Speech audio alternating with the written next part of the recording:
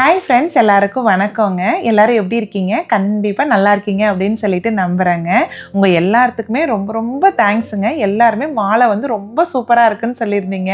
எனக்கு ஒரு கமெண்ட்டையும் படிக்கும்போது அவ்வளோ ஆசையாக இருந்தது. பட் என்னால் எல்லா கமெண்ட்டுக்கும் ரிப்ளை பண்ண முடியலைங்க. உங்கள் எல்லாத்துக்கும் என்னுடைய மனமார்ந்த நன்றிகள் தான் சொல்லணும். நான் இவ்வளோ பாசிட்டிவாக இவ்வளோ ஃபீட்பேக் வரும் நான் எதிர்பார்க்கவே இல்லை. 2-3 நாளாக பயங்கர சந்தோஷமாக தாங்க இருக்கேன். அந்த சந்தோஷத்துக்கு அளவே இல்லைன்னு தான் சொல்லணும். ஸோ நான் இன்றைக்கி வீடியோவில் என்ன போட போகிறேன்னாங்க, இந்த பிரைடல் வேணி எப்படி கட்டுறது அப்படின்னு சொல்லிட்டு தான் போஸ்ட் பண்ணியிருக்கேன். கண்டிப்பாக ஃபுல் வீடியோ செக் பண்ணி பாருங்கள், உங்களுக்கு யூஸ்ஃபுல்லாக இருக்கும்னு நினைக்கிறேங்க. ஃபஸ்ட்டு வேணி பார்த்தீங்கன்னா கார்னிஷியா பூவில் தாங்க ரெடி பண்ணியிருந்தேன். ரெட் கலர் ஒரு பொக்கே வாங்கியிருந்தேங்க. நெக்ஸ்ட் இந்த ஸ்ட்ரிங்கு பார்த்தீங்கன்னா நல்லா மெலிசான ஸ்ட்ரிங்காக எடுத்துக்கிட்டேன். ஏன்னா திக்கான ஸ்ட்ரிங் எடுத்துக்கிட்டோம் அப்படின்னா தலையில் வைக்கும்போது பெண்ட் பண்ண முடியாதுங்க.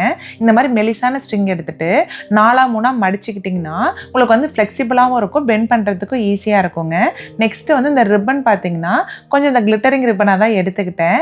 ஏன்னா நம்ம ஒரு பூவும் சுற்றும் போதுங்க அடியில் இந்த ரிப்பன் தெரியும், நூலாக இருந்தால் பார்க்க நல்லா இருக்காது அப்படின்னு சொல்லிட்டு இந்த மாதிரி ரிப்பன் எடுத்துக்கிட்டேங்க.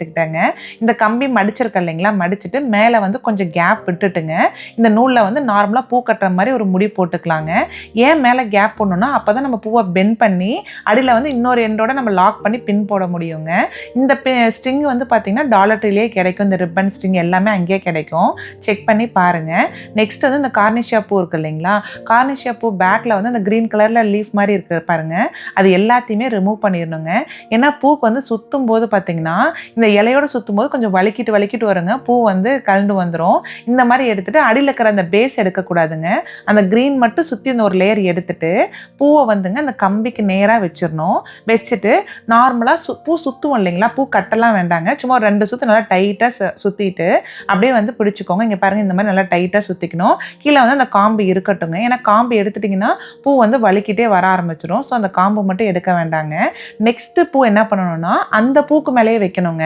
அந்த பூக்கு மேலேயே வச்சுட்டு மறுபடியும் அதே மாதிரி 2 சுற்று 3 சுற்று எவ்வளோ வேணாலும் சுற்றிக்கலாம். இங்கே பாருங்கள், லைட்டாக கொஞ்சமாக மட்டும் அந்த பூவோட இறக்கம் கம்மியாக இருக்குது.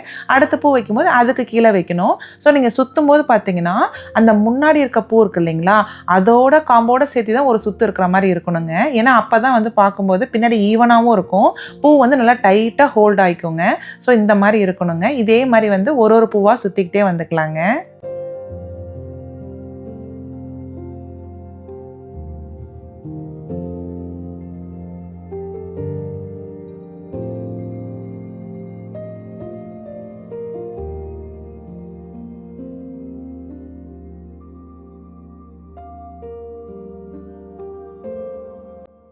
நீங்கள் ஒரு பூவாக வச்சு சுற்றும் போது பார்த்தீங்கன்னா கீழே கம்பி கொஞ்சம் கண்ணாப்பினான்னு வளையிற மாதிரி இருக்கும். பட் அதெல்லாம் ஒரி பண்ணாதீங்க, ஏன்னா அடியில் பேஸ் ஸ்ட்ரிங்கு தான் வச்சுருக்கோம் இல்லைங்களா, நம்ம எப்படி பெண்ட் பண்ணுறோமோ நம்ம சொல்கிற பேச்சு அது அழகாக கேட்குங்க. இங்கே பாருங்கள் எவ்வளோ சூப்பராக வந்துருச்சுன்ட்டு, நல்லா நெருக்கமாக இருக்குதுங்க. கொஞ்சம் இந்த கார்னிஷ் என்னென்னா பூ சுற்றும் போது கொஞ்சம் வலிக்கிட்டு வரும்.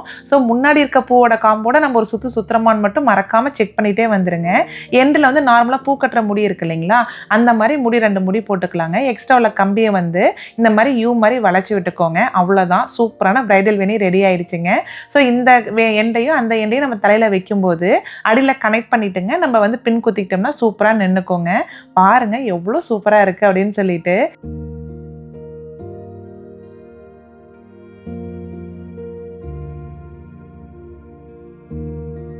அடுத்த வேணி பார்த்தீங்கன்னா கால் கட்டு தாங்க கட்டியிருந்தேன். பிங்க் கலரில் கார்னிஷியா பூ இருந்தது. ஸோ அதுவுமே சூப்பராக வந்திருந்ததுங்க. நிறைய பேர் கால் கட்டு எப்படி கட்டுறதுன்னு கேட்டிருந்தீங்க, உங்களுக்காக தான் வீடியோ எடுத்திருந்தேங்க, செக் பண்ணி பாருங்கள்.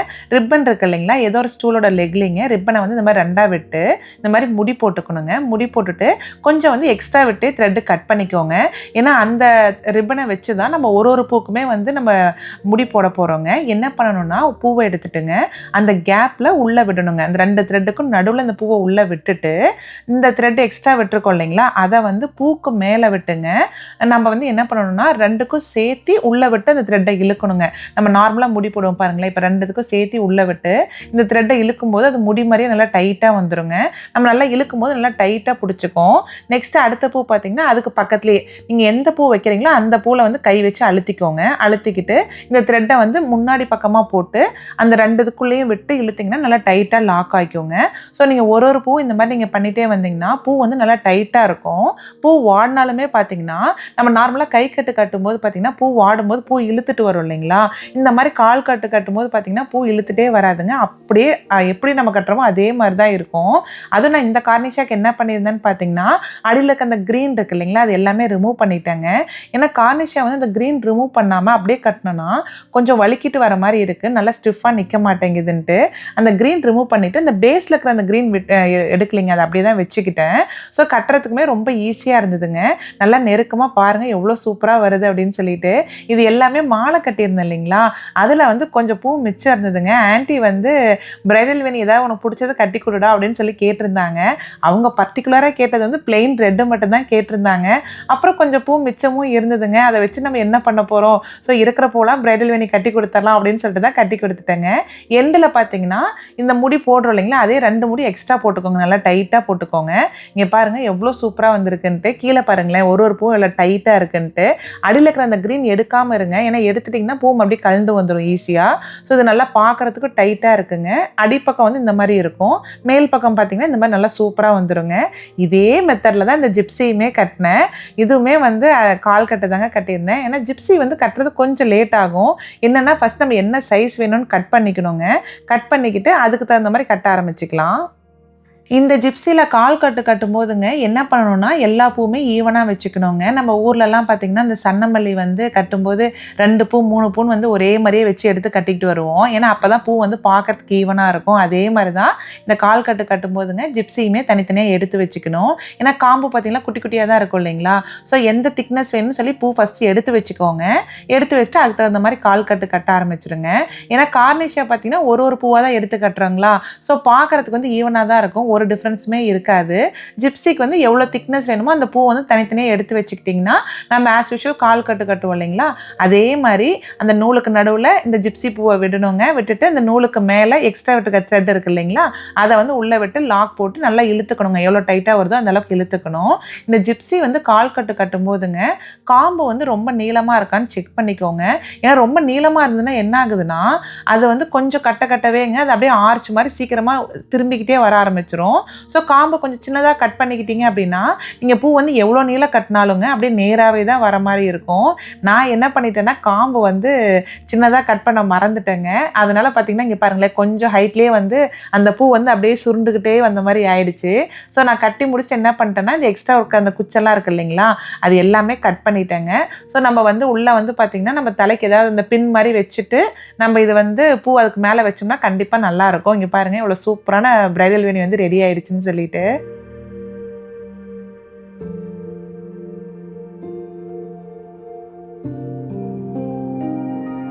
அடுத்த வேணி பார்த்தீங்கன்னா இந்த மம்ஸில் தாங்க கட்டியிருந்தேன். இதுவும் ஜிப்சியும் வச்சு தான் கட்டியிருந்தேன். காம்பினேஷன் வந்து அவ்வளோ நல்லா இருந்ததுங்க.